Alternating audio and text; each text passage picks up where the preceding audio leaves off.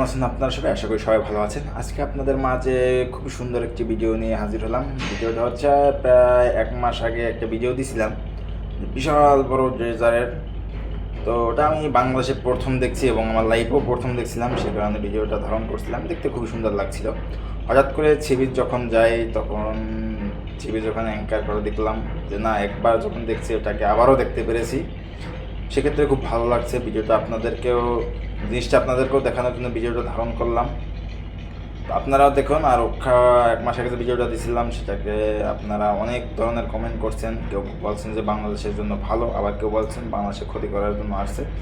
তো যে মূলত পারফেক্টলি জানেন আমার ভিডিওটা যদি তার কাছে যেয়ে থাকে, অবশ্যই জানাবেন যেটা বাংলাদেশের জন্য উপকৃত কিনা না ক্ষতিকর।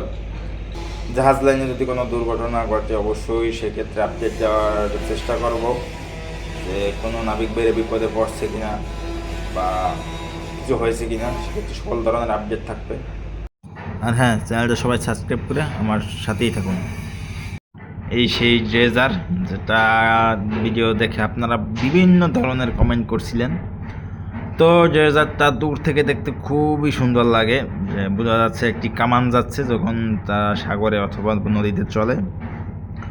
তো আমি যখন ভিডিওটা করছিলাম প্রথমবার, তখন ভিডিওটা অনেক মজা করছিলাম যে মিসাইল দেখা যাচ্ছে বা বিভিন্ন ধরনের একটা বিস্ফোরণ জাতীয় জিনিসের মতো দেখা যাচ্ছে, কিন্তু ওরকম কিছুই না।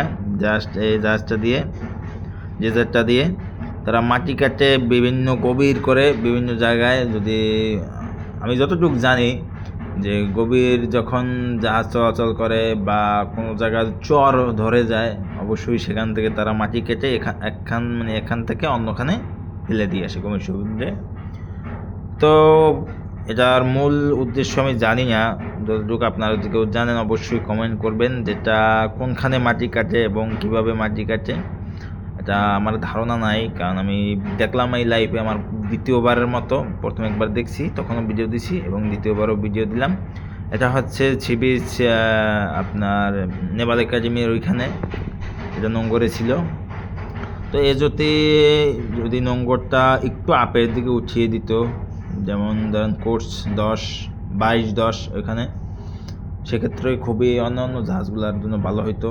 কারণ যারা দেখেছি, যারা সার্ভের জন্য আসে, তারা একে দেখে দূর থেকে অন্য একটা বস্তু মনে করে ভয় পেয়ে যায়, এবং পানির টান যখন থাকে তখন জাহাজটা ঘুরিয়ে অ্যাঙ্কার দিতে অনেক জাহাজের প্রবলেম হয়, যতটুকু আমি দেখেছি। এই জাহাজটা যদি একটু আপের দিকে যে নোঙ্গরটা দিত, এই ড্রেজারটা, তো হয়তো বা অনেক লাইটারের সুবিধা হতো। তো সেক্ষেত্রে একটু ভুল কাজ করেছে, একটু নিচে নোঙ্গরটা দিছে, উপরে দিলে অনেক জাহাজ লাইটারের সুবিধা হতো আর কি।